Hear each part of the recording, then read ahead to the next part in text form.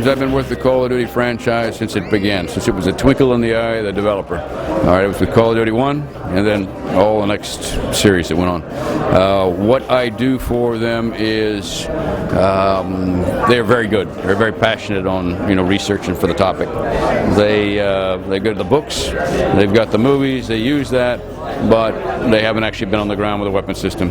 They don't understand the tactics the way it would talk, so I'm able to give the last little bit of fidelity on making sure the game is as close as possible to what you would hear, feel, sound like as a real soldier in a game.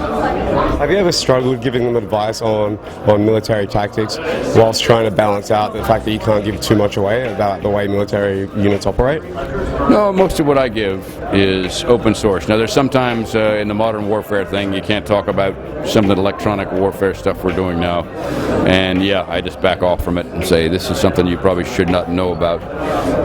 But they're pretty good. Most of the stuff, if you look at open sources, you can kind of figure out what the systems are actually operating. It's very hard to keep secrets anymore with all the web stuff. At the beginning of the development of the game, we'll sit and they'll have just enormous numbers of questions. We'll sit around a whiteboard and we'll talk all the tactics things, and so actually getting them sometimes up and moving, showing them how you go around a corner, how you'd hold a weapon.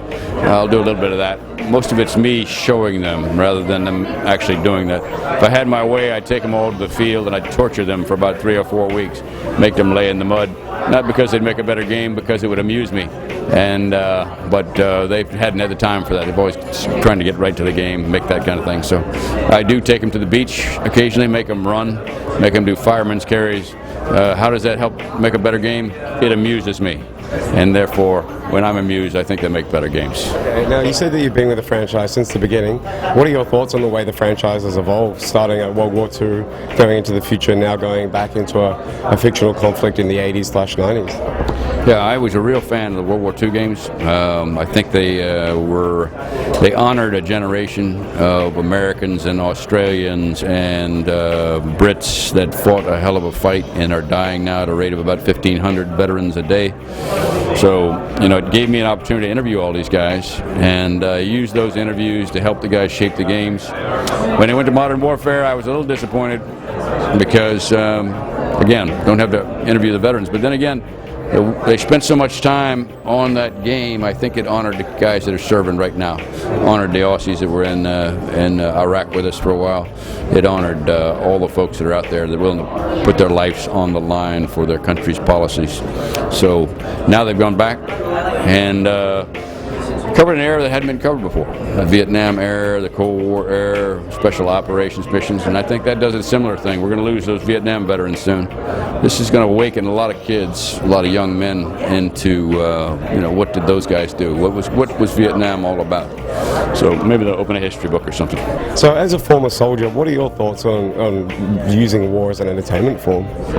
Yeah, that's always a question. So why would you want to trivialize what the sacrifices that are made by using war? And I would say, you're going to do something. You're going to be whacking something in video games. Why not whack something that has some historical context that will force someone to learn something about history?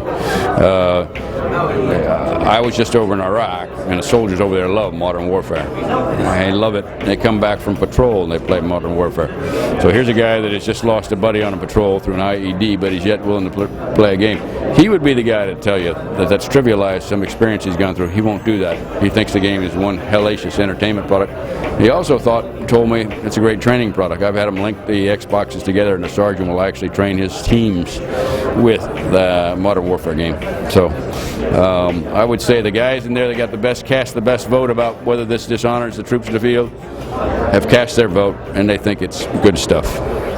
Okay, and what are your thoughts on the use of video games for military simulators? There are some more hardcore simulating games out there that the military do use. Do you think that has a place in Modern Warfare? Oh, absolutely. I mean, if you can save the ammunition, one single round of Javelin, I think, cost about $90,000 or some kind of phenomenal number. So you can't shoot a lot of those. So obviously, if you can get the same effect, looking down the scope, lining up a target, pushing the button, and train that way with a video game simulation, you're going to save a lot of money. It makes only sense. You're always going to have to get out and do things. People say, why can't you just train clear in the room? with the video game and said, "Oh, you can, but you better get out there and do your timing, your routines, your magazine changeover for real, or you won't have it down." So it takes both. The game can help, but you always got to do it on the ground and rehearse it on the ground.